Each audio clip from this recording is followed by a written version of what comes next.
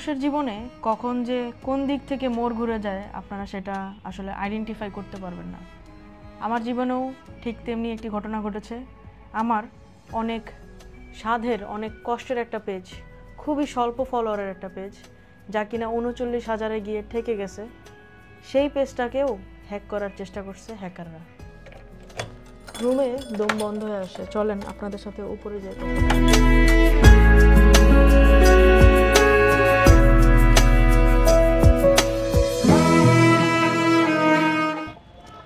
চিটাগাং শহরে এসে মানে এই দুঃখটা কিছুটা হলেও আমি ভুলছি, তারপরও আপনাদের সাথে আজকে শেয়ার করব, কারণ চিটাগাংয়ের ব্লগটা আগানো যাবে না আমি যদি আপনাদের সাথে এই দুঃখের কথাটা না বলি। চলেন শুরু করা যাক।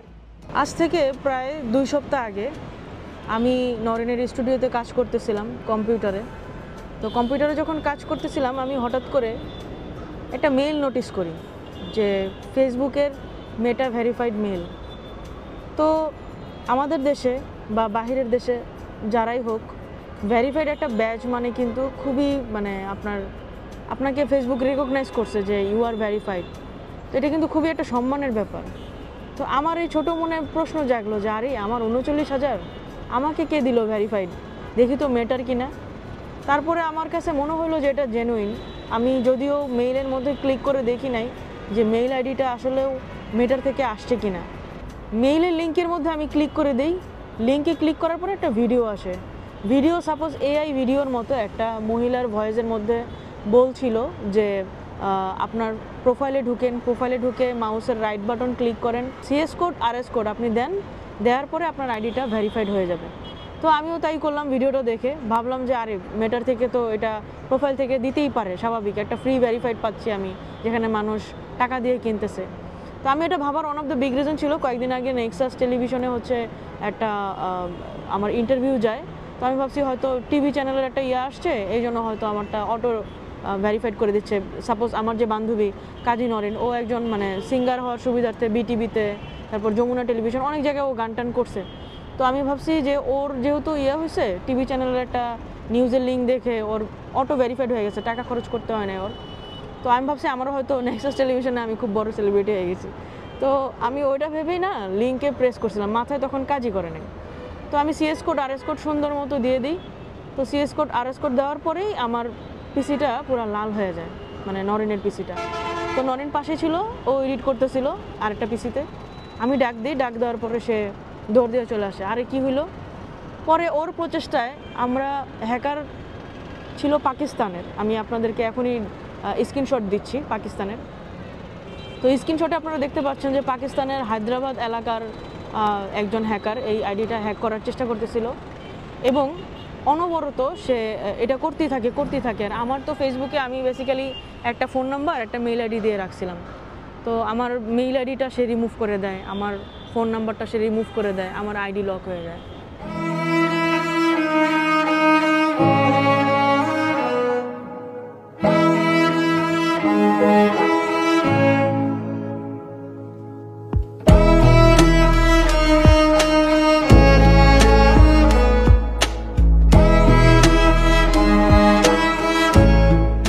আমি কখনোই ভাবতে পারি নাই আমার মতো একজন ক্ষুদ্র মানুষের পিছনেও মানুষ এভাবে লাগতে পারে। কী বা কন্টেন্ট দিই, কয়েকটা উপকারী কন্টেন্ট দিই, অপকার করার বা আজেরা কোনো কন্টেন্ট তো দিচ্ছি না। ফেসবুকে বাংলাদেশে এখন অনেক ধরনের কন্টেন্টই আছে যা কিনা শুধুমাত্র ভ্যালুলেস। তো বাইকারদের জন্য কিন্তু আমাদের এই কন্টেন্টগুলো খুবই উপকারী হয়। তো আমার মতো একজন ক্ষুদ্র মানুষের পিছনে কেই বা লাগতে পারে। তো মনের মধ্যে অনেক প্রশ্ন নিয়ে অনেকটা মন খারাপ ছিল, কারণ আমার এই পেজ থেকে আমার ইনকাম সোর্স না। আমি ভিডিও এডিটর প্লাস বিভিন্ন জায়গায় মার্চেন্ডাইজিং জব করেছি। তো এখন বর্তমানে যেখানে ভিডিও এডিটিং করছি সেখান থেকে আমার মাশাআল্লাহ ভালো টাকা পয়সা আসতেছে। আমার এখানে মনিটাইজড পেজের উপরে আমার পড়ে থাকতে হচ্ছে না। তো এই জন্য আমি আমার শখের বশে পেজটা খুলি, আর পেজটা আসলে বেসিক ইনকামের মূল লক্ষ্য না। তো শখের একটা পেজ যখন আপনার তিলে তিলে গড়া একটা পেজ নষ্ট হয়ে যায়, আপনার স্বাভাবিক মন খারাপ হবেই। আর পেজের পাশাপাশি আইডিও তো হ্যাক হয়। তো যাই হোক, আমার পেজের মধ্যে অ্যাডমিন দেওয়া ছিল নরিনের আইডি, নরিনের পেজের মধ্যে অ্যাডমিন দেওয়া ছিল আমার আইডি, ও আমাকে রিমুভ করে দেয় সাথে সাথে। পরে ওর ফোন থেকে আমি একটা ছোট স্ট্যাটাস দিই যেখানে কিনা আমি লিখি যে আমার পেজটা হয়তো আমি আর আসতে পারবো না, হ্যাক হয়েছে। তো আজকে হয়তো আপনাদের সাথে আমার লাস্ট একটা স্ট্যাটাস হবে। তো পরবর্তীতে দেখলাম যে তার বেশ কিছু ঘন্টা পরে ওখানে আমার একদম সাবস্ক্রাইবার বন্ধু কমেন্ট করেছে যে একজন ভাইয়া যারা কিনা এরকম হ্যাক হওয়া আইডি উদ্ধার করে। তো আমি তো ওনাদের লিঙ্ক পেয়ে খুবই মানে ধন্য, ওনাদের কাছে খুবই কৃতজ্ঞ আমি।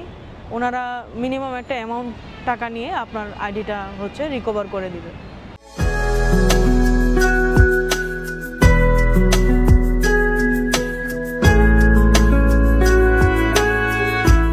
আইডিটা ফেরত পাওয়ার পরে আমার কাছে মনে হলো যে হইতে পারে এটা ছোট আইডি কিংবা কারো কারো বড় আইডি হইতে পারে, কিন্তু আইডি ইজ আইডি ভাই।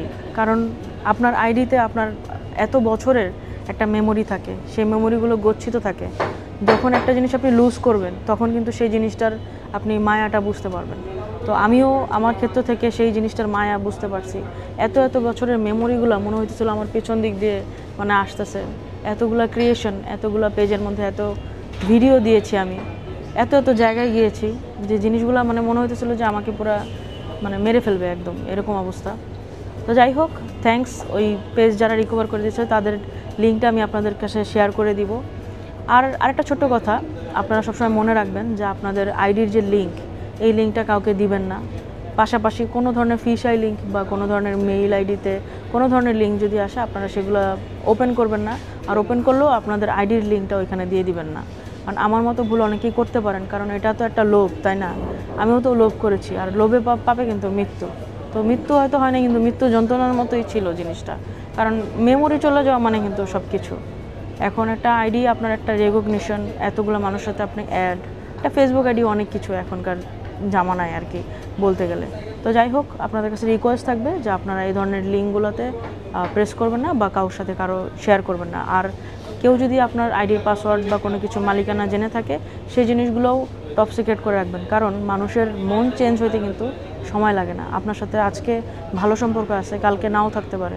সেই হইতে পারে আপনার আইডি খেয়ে দেওয়ার মূল কারণ। ভালো থাকবেন সবাই।